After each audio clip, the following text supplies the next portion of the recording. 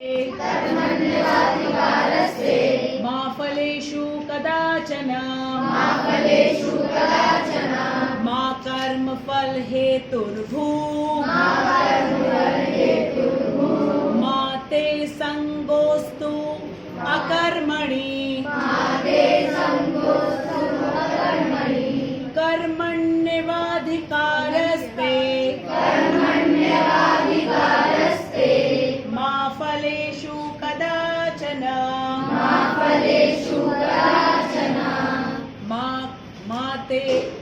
मा कर्मफल हेतुर्भूः मा ते संगोऽस्तु अकर्मणि कर्मण्येवाधिकारस्ते मा फलेषु कदाचन मा कर्मफल हेतुर्भूः ते संगोऽस्तु अकर्मणि। इस श्लोक में भगवान ने एक चीज के ऊपर हमारा अधिकार बताया और बाकी 3 चीजों के ऊपर बताया कि आपका कोई अधिकार नहीं है। तो इसलिए अपना टाइम वेस्ट मत करो, ठीक है। हम जब कहते हैं कृष्णा हमें स्मार्ट बनाते हैं, एक्चुअली वो हमें अपनी तरह बनाना चाहते हैं, ठीक है। सबसे पहले वो हमें बताते हैं कि तुम बॉडी नहीं हो, तुम सोल हो। सोल कभी बूढ़ा नहीं होता है, कभी बीमार नहीं होता। इसलिए मन से डर निकाल दो अपने कि तुम्हें कोई नुकसान पहुंचा सकता है, तुम्हें कोई मार सकता है, ठीक है। फिर हमें वो बता रहे हैं कि कैसे इंटेलिजेंटली काम किया जाता है, क्या कर सकते हैं और क्या नहीं कर सकते। जैसे क्या हम मौसम बदल सकते हैं? दिन रात बदल सकते हैं? हम नहीं बदल सकते हैं, ठीक है। मौसम के अनुसार जो वेजिटेबल्स आते हैं उनको हम बदल सकते हैं? हमें अपने आप को बदल सकते हैं। विंटर्स आ जाएंगे तो हमें क्या कर लेना चाहिए? स्वेटर पहन लेना चाहिए। रेनी सीजन में क्या करना चाहिए? छाता ले लेना चाहिए। समर जब आता है क्या करना चाहिए? लाइट कपड़े पहनने चाहिए। ये हम अपने आप में चेंजेस कर सकते हैं, ठीक है।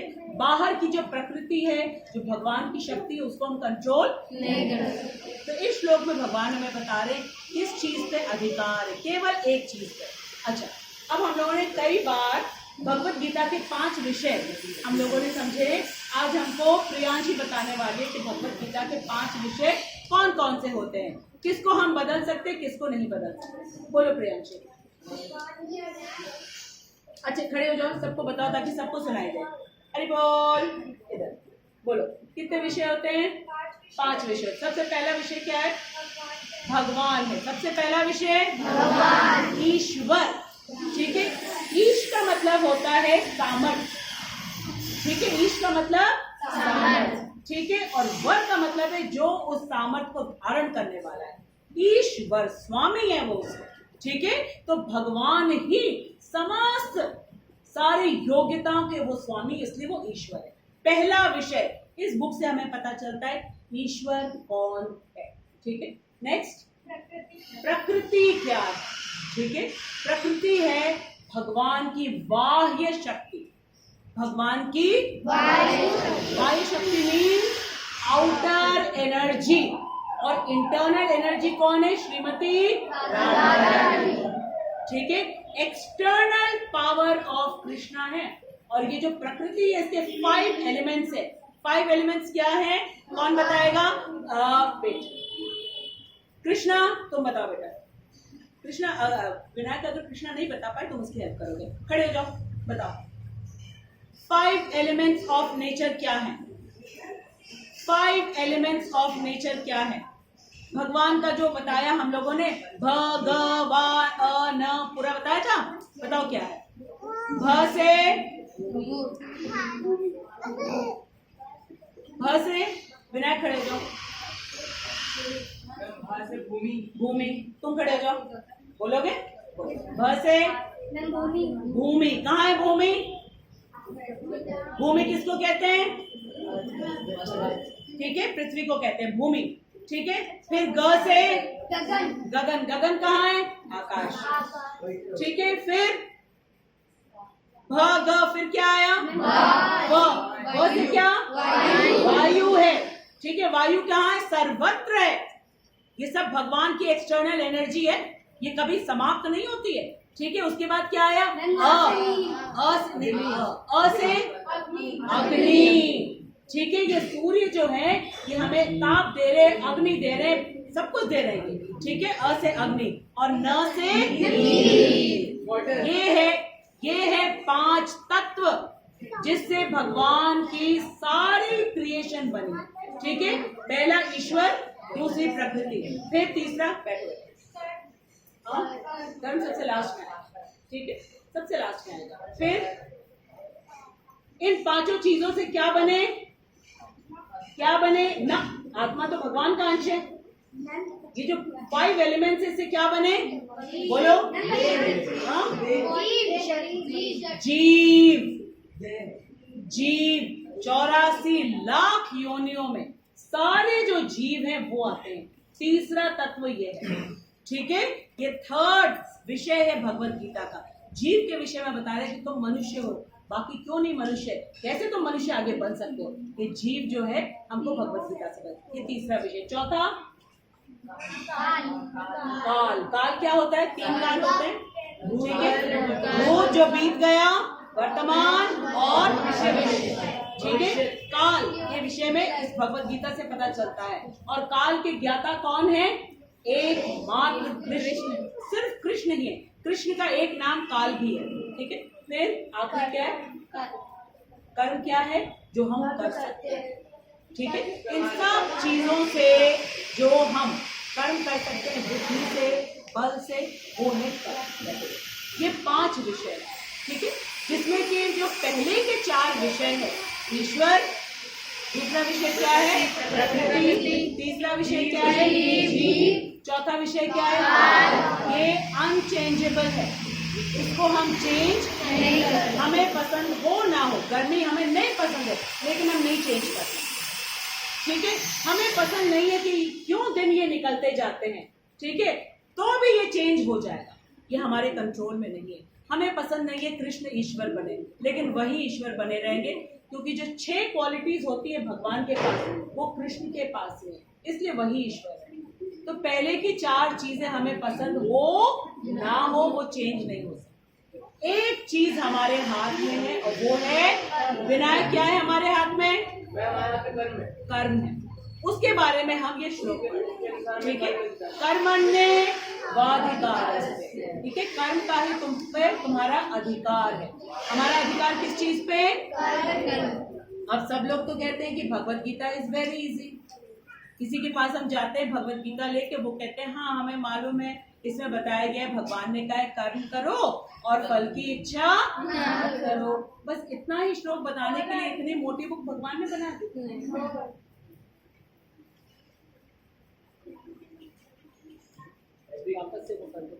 ठीक है, तो भगवान कह रहे कर्मण्येवाधिकारस्ते मां फलेषु कदाचन।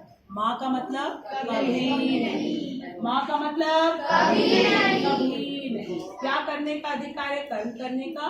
और किस चीज पे हमारा कोई अधिकार नहीं है? फल। ठीक है, कर्म फल, क्योंकि कर्म फल क्या होते हैं? अच्छे भी होते हैं और फिर भगवान कह रहे माँ, फिर से कभी नहीं, कर्म फल हेतुर्भु। तुम अपने कर्मों के, ठीक है, अपने आप को कारण मत मानो। कारण का मतलब क्या होता है? रीजन। Very good. कॉज। क्यों नहीं माने? क्यों नहीं माने? हम बोल रहे हैं, हम अपने आप को क्यों नहीं कॉज माने? सारी शक्तियां दी। Very good answer, complete answer. हम कारण इसलिए नहीं है क्योंकि जिससे हमारा शरीर बना है वो पंच तत्व है, वो कृष्ण की एक्सटर्नल एनर्जी है। उसके बाद ये सारा कुछ बनने के बाद भी जो इसमें शक्ति है वो भी कृष्ण ने दिया है, तो हम कहाँ कर रहे हैं?